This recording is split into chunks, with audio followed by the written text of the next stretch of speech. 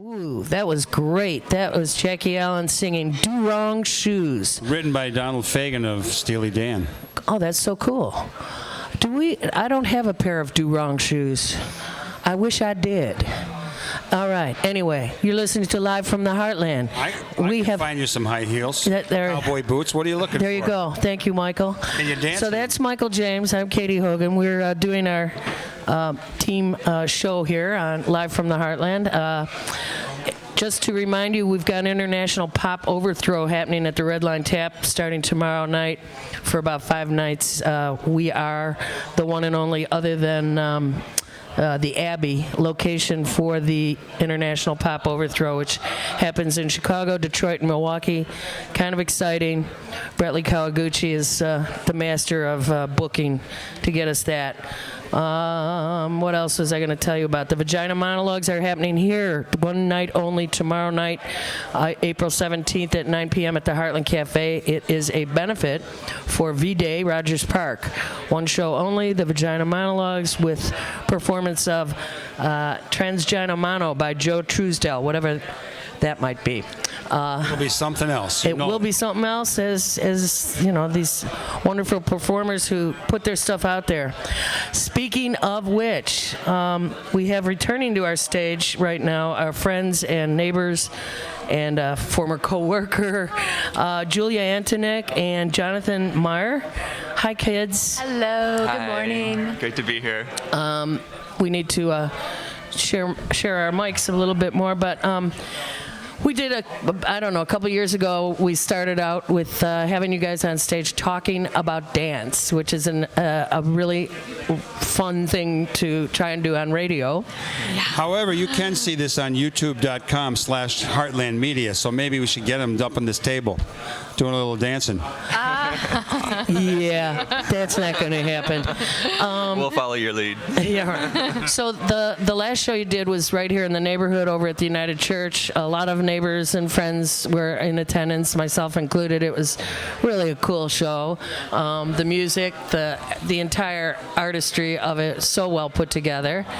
Congratulations. Thank you. Well, I got to say, I couldn't get in. I was on the stairs trying to get in.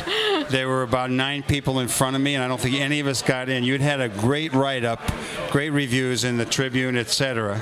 And so I've learned my lesson. So I would like you to book me a couple of seats at any performance that you're going to do from now on. It's called reservations, Michael. Taking it with right to the horse's mouth, so to speak. People don't do things that way anymore. What's exciting about this new show? Tell me what's exciting about this new show. Well, let's see here. Well, we've been collaborating for about 3.5 years now. This is actually Julia's work, and I get just to be a dancer this time around, which is a lot of fun. Show up at the studio and do what she tells me to do. This is a culmination of 1.5 years of her research and work. Mm-hmm. So then you talk, Julia. Yeah, and in addition to Joe St. Charles, who I've been collaborating with for, what has it been, like 5 years now, I think. Yeah, I think so. Who's doing the music for the show. We're also inviting another musician, Dan Moore. So Joe is having to work with another musician for this show, which is really different, and it's exciting. Those of you who frequent the Heartland know Joe is a handsome red-haired guy who waits on tables. With Joe's like mucho vigor. Joe's one of the most popular servers here. Despite himself, he can't help it. Doesn't matter. Doesn't matter when He's also a genius in his music. He really is quite wonderful. So tell me about, you guys have gotten so much support from grants. You've gone after them and gotten them, and which I know is part of why you survive as artists and how artists do survive. Talk about the process of putting your art out there, because you have been uniquely successful in your venue, in your art form. Producing, I know you do a lot of work to make it happen.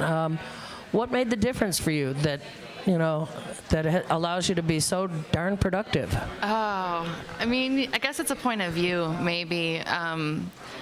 there's days definitely that I don't feel that way. I don't feel productive, or that you feel, that you're not getting support, and then you do. And so it's about like maybe just plodding along and making sure to keep on putting things out there and keep on applying to things. And even if you get rejected from things, just, you keep on doing it, then you get the award. And of course, that's what everybody sees is when you do get awarded and supported. So I think you hit the nose right on the head there, plodding along. Yeah. Some of us do know about plodding along and continuing, regardless of whether the spotlight's on that process or not. Yeah. So tell us about how you wind up in the Fine Arts Center this time around. We actually just, let's see, I was looking for a building that had multiple floors. Right, interested in elevators and multiple floors. Yeah, so about the experience of actually coming into the show being just as important as what's happening in the show proper. So in the last show, you remember the platforms moving. So this is also somewhat incorporating the movement up through space as well as the horizontal movement within the space. So your audience is going to be climbing stairs or running around on elevators through the performance? Well, in the beginning, yeah. What a riot. Yeah, so that was something that we were looking for site specifically, and Fine Arts Building seemed like a perfect fit. So. Yeah, I had been going there since I was a kid. I had a friend with a really lovely studio there, and I remember, going there as a teenager and hanging out. And it's just a gorgeous, gorgeous building. It's a terrific building, and is it part of Roosevelt University, or is it just next door? Yeah, they rent space there, I think, just next door to Roosevelt. You're right. It's like one of the most special places in Chicago, and it totally arts related. And I don't know, does the Fine Arts Theater still operate and show films the way they used to? I wish they I know, did. I've been don't. trying to peek through the doors there. It's all shut down, and I think that they need a lot of money to get it renovated. Yeah, I think they're wanting to rehab it, but it's down right now. Yeah. But, yeah. I'd like to know from either of you or both of you what inspired you to become a dancer and what continues to give you inspiration. Well, it's interesting. I all through high school, I was a writer. I thought I was a writer. Actually, I was not a writer. I was a really terrible writer, which I realized once I got into You dance. might become a writer, though. But it was, it was just interesting. I was looking at pre-registration for college. I went to Oberlin College and glancing around at class possibilities, and all of a sudden I decided I'm going to take some dance classes, and I have no idea where this came from. I didn't grow up watching the Nutcracker or anything like that. I was a gymnast. But yeah, I took my first dance class in college, my first semester, and stuck with it ever since. And you gave up gymnastics? Or you incorporated it? Gymnastics is a very short-lived career. Yeah, it is. I was definitely not going to make it to the Olympics, and not going to get into teaching. So it found its way into my dance. And I was also in Brazil for a long time studying capoeira, so that was sort of a nice bridge because capoeira has the gymnastics components and a lot of dance components as well. So.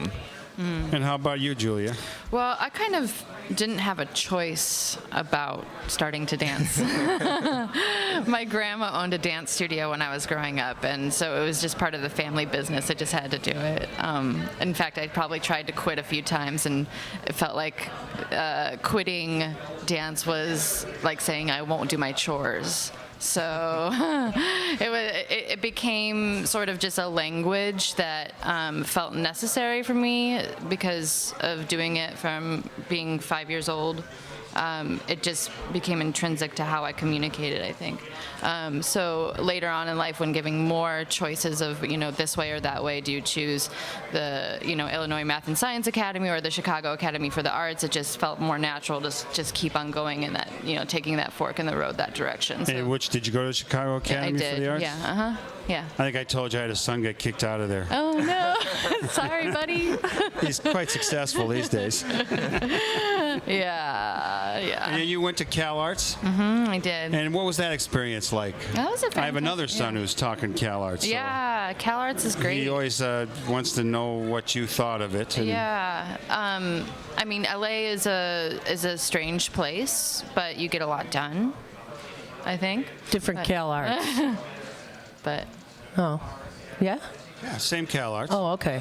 Sorry. I thought you were talking Kalamazoo, and she was talking California. That's another school. Oh, okay. Sorry. Cal Arts is Cal Arts in California. So sorry. Come on. But, you described your artwork, Julia, very much the way our previous guest, Jackie Allen, described the natural evolution of her and letting her art take over and proclaim her life. Mm-hmm. You just described your dance in a similar fashion. Did I or did I not notice that? Are you teaching yoga now? Or I am, yeah. That's fantastic. Where did you study how to do that? I did my teacher training at Moksha, which is down in River West, actually, pretty close to the Chicago Academy for the Arts. And then and now I manage and teach at Yoga Now. So, yeah.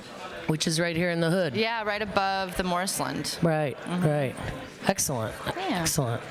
All right, what else would you say about, if I were to say to you, how would you talk to young people about supporting arts in their life at this time when arts have been so removed from their public school experience, and that it's less available to everyone. There are spots of sunlight in around the city where kids do get that kind of support, but they're so rare.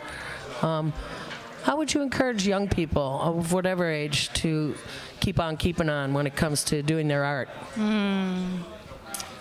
I mean, I think that the main thing is just to know that it's out there and that it's an option. At least, with the internet, there's so much availability to see what exists out there. And I just think you can always find your way to it. It may not be in your public school. It may not be something that's handed to you. And it's always hard, I think, in the arts to survive and to make your way and to support yourself and everything. But if you care about it enough, you can always do it. So I think the thing is just to know that it's out there, and if it excites you, find your way to it. There's tons of shows of all kinds happening around the city. We happen to live in Chicago, and there's so much available. Just look for it and you'll find it. Speaking of which, how many performers are in the performances that we're talking about here today? And let's let people know about the timing and the dates and all that good stuff. Well, there's 4 dancers, Julia and myself, and then Julia brought in 2 other dancers, Ben Law and Jesse Marassa, who dance with other people as well around the city. Both really, really lovely dancers, who also happen to be a couple. So there's 4 dancers, and the piece itself is really focusing a lot on duet nature. So it's interesting, we sort of have different layers of duet. There's Julia and myself, and Ben and Jesse, and Julia's had sort of a long-term kind of duet collaboration with Joe as well. So there's sort of layerings of duets throughout the piece. And then there's also sort of a duet nature musically between Dan and Joe. So that's those are the performers, the 2 musicians and the 4 dancers. Well, I missed the last show because I couldn't get in the door with any arm twisting. But one of the things I heard was, and I think you referenced it today, that you had the stage moved, the seats moved. Is that something that you came up with? Is that something that other people have done? What makes your performance piece or pieces unique, similar or different than, say, what's going on in modern dance, if that's what we call it, modern dance? Mm-hmm, yeah. Yeah, I think I asked it. Yeah, we do. We're an offshoot of modern dance. I think we mainly refer to ourselves as contemporary dancers or contemporary choreographers. It's a new term for it. But I think to claim anything as one's original idea is kind of faulty. So I don't think that we are completely unique in the moving platforms and moving the audience. I've heard of other people doing similar things, maybe. You hear about little things that happen, like, oh, this guy in Germany, or something did this, you should see it. So I'm hesitant to say, like, oh, we made this up. But. We definitely have an interest in incorporating the experience of the body of the audience member as integral to part of the movement of the performance and moving the viscera of the audience, not just through actually moving them on their platforms, but also in the dance as we move, hoping that they feel that and hoping that their body is reacting to it in a very tangible way. So I'm going to just break in here and say you are listening to Live from the Heartland on WLUW 88.7, Chicago's Sound Alliance. And we're talking with Julia Antonick and Jonathan Meyer about their show that is coming up. It's called Commissura. What's that about? What is that? Where did that title come from, you guys? It's a This is interesting. Neither of them actually want to say anything about this. Is it related to another comma? really it means the meeting point or the joining point. It's a word from Latin. It's used, I think, largely medically or anatomically. So like the join of the two halves. Okay, this is a family show. And of course, Julia was exploring duetness and coming together. So it was a way of talking about a meeting point of any two things. yeah, of two things that aren't necessarily equal. Like, so a lot of the times a very common one is the two sides of the brain, the commissura between. So the left hemisphere as opposed to the right hemisphere, not necessarily doing the same things, don't necessarily have the same responsibilities in the function of our body, and looking at the same quality for performance. So, yeah. Tell us when the performances start, how long they run, and So we open next Friday, Friday night, the yeah. 22nd. We have a 7:30 show on that night, and then the following on Saturday, and the following week we have a Thursday, Friday, Saturday. That's the 28th, 29th, and 30th. Right. All at 7:30 p.m. Yeah. So there's 5 shows this coming weekend and next. Right. And your website? JuliaRayAntonick.com. So that's Julia, RaeAntonick.com. Really nice. so I'm going to thank you very much both for getting up and coming out this morning. Thanks for having us. You get your Heartland feed on. So before you go and practice, you guys, I admire your work and your creativity, and keep doing what you're doing. Thank you. Shine Glad on. to have you Sure will. here. It's great to be All right, here. let's have a big round of applause for Jonathan and Julia. And we are going to take another short musical break, and we're going to listen to a little bit more of Jackie Allen's music, which you can hear live tonight at the Heartland Cafe. And right now, we're going to hear Coal Gray Eyes. Be back in a minute. Stay tuned here on the left end of your dial.